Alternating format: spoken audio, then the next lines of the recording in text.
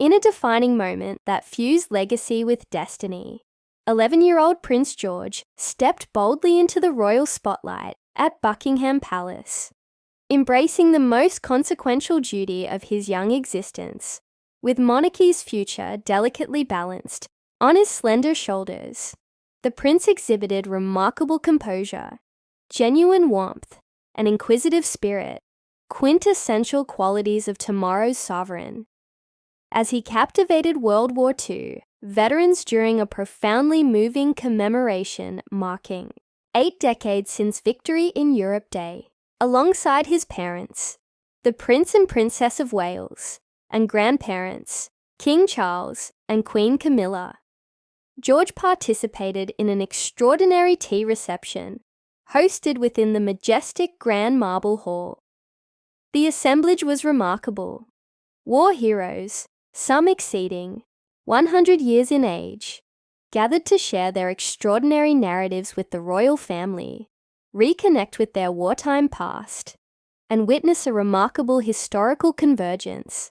The profound symbolism permeating this occasion resonated deeply with all present, particularly young Prince George, as laughter, reminiscences, and the delicate percussion of porcelain echoed across marble floors. Prince George navigated confidently between tables with his parents, extending handshakes, listening with absolute attention, and posing thoughtful inquiries.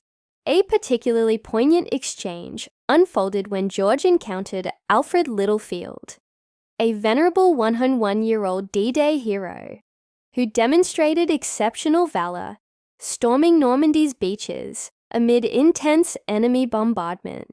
When George tactfully inquired, "What was it like when you were coming in?"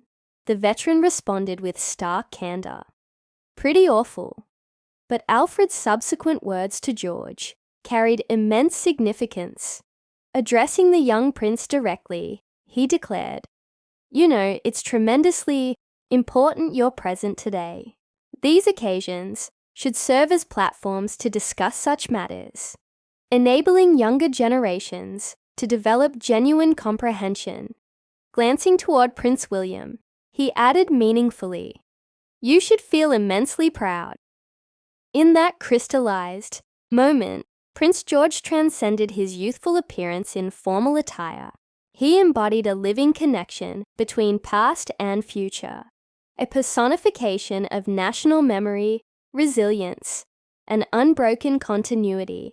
Throughout the gathering, Princess Catherine's maternal pride radiated visibly, whether guiding George to meet a decorated artillery veteran or clasping his hand while examining faded photographs.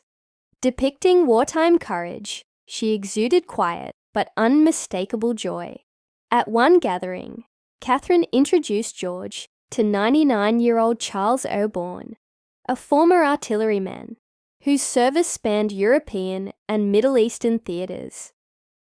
Upon viewing photographs of Sherman tanks Charles had operated, George asked with surprising perception, were they difficult to maneuver? The weather conditions must have created tremendous challenges. This seemingly simple interaction revealed profound awareness of sacrifice, a lesson seldom effectively conveyed through conventional education. King Charles, visibly moved yet amused, turned toward Catherine, remarking with characteristic dry humour, "You've produced a rather handsome young man there. Vigilance will certainly be required." Catherine's response, a heartfelt, luminous smile conveying volumes. This occasion transcended typical royal engagement parameters. It represented a vibrant tribute to those who risked everything defending freedom. As George conversed with remarkable figures like 98-year-old codebreaker Ruth Bourne and 99-year-old naval fireman Dougie Hyde, observers recognized this wasn't merely ceremonial appearance. The young prince had come to absorb wisdom, honor sacrifice, and commence his gradual purposeful journey into public service. Earlier, veterans had assembled on the palace terrace, overlooking meticulously maintained gardens, enjoying musical Selections performed by Royal Marines bandsmen alongside a tri-service honour guard. Inside, beneath decorative bunting, crafted from repurposed royal estate fabrics. They savoured quintessentially British comfort foods, quiche, sausage rolls, exquisite pastries, and traditional scones. Humble fare, reminiscent of wartime Britain. As the celebration unfolded, a powerful legacy quietly transferred between generations. These weren't merely veterans recounting experiences. They were passing wisdom's flame forward through time. This VE Day commemoration possessed distinctive resonance, not solely because of compelling narratives shared, but through its profound symbolism for monarchy's future. With King Charles and Princess Catherine recovering from significant health challenges, succession dynamics have gained heightened visibility. Prince William increasingly assumes greater responsibilities, and now George follows suit, taking his first measured steps toward destiny.